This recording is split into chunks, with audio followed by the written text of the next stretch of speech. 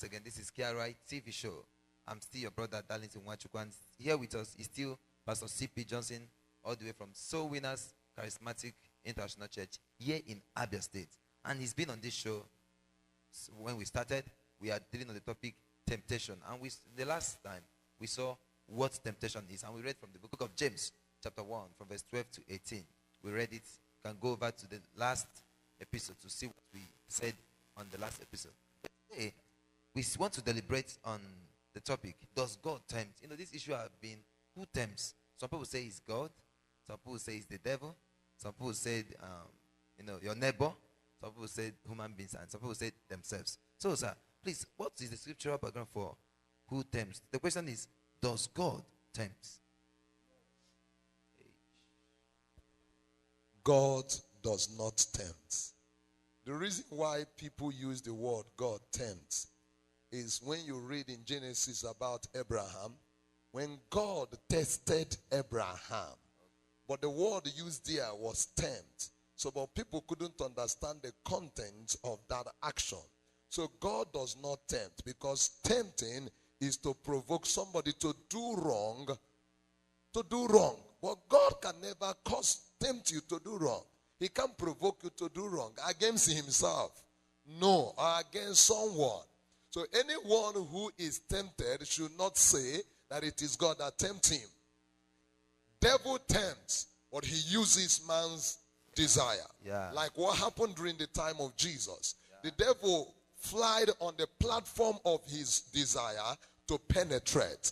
So God does not tempt. Anybody who is provoked to do wrong by anything, or who is having mental pressure to do wrong, should not even bring God into the matter, because God is out of temptation. Yeah. What God can test, but God cannot tempt.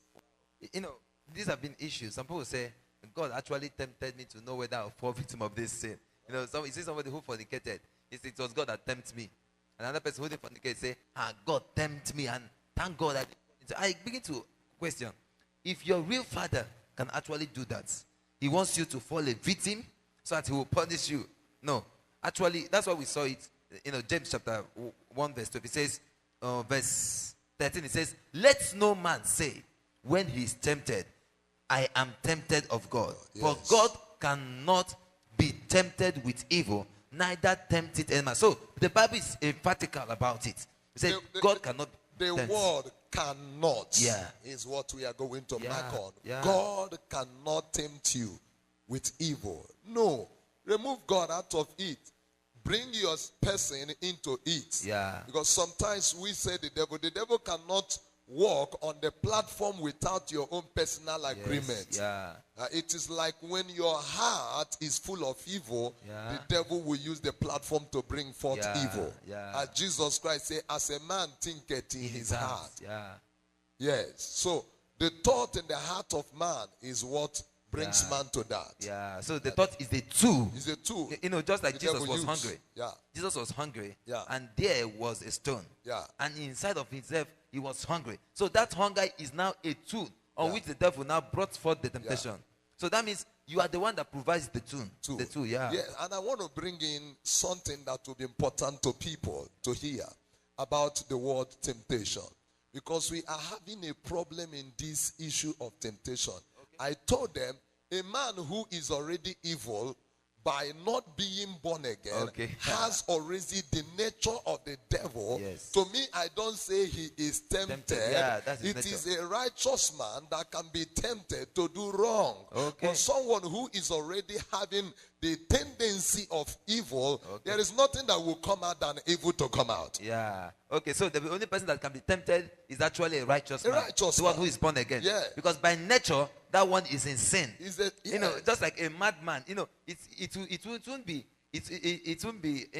You won't be surprised if you see a madman misbehave. Sleeping outside, going on naked. That's his nature. That's his nature. But you'll be surprised if somebody who is misbehaves. So you to him, get amazed about it. Yeah. Yes. And before he began to do that, something propelled him to start doing that. So a natural man that is not born again should not say the devil has tempted me. Your nature alone is the nature of sin that does that. That is why I told a woman, I said, never you expect your husband to do right. Hence your husband is not a born again, because he has no holy nature to manifest holiness. He has no good nature to manifest goodness. All you will expect from a wrong person is wrongdoing. Thank you. Wow, that's why Jesus actually didn't deal with sin. He dealt with the nature, the roots. And when the tree is uprooted from the root. Wow. I've learned a lot. I know you've learned a lot. One thing I learned today is this. Number one is that God don't tempt. And actually, the devil don't actually tempt directly. He uses a tool which is from your mind. That means what you conceive is well enough a tool for temptation. Lastly, what I learned is this. An unbeliever cannot be tempted. Hence, it is his nature to do evil. The saint is naturally holy. So it will not be a temptation for him to try to do evil. Wow. Thank you. Join us in the next episode.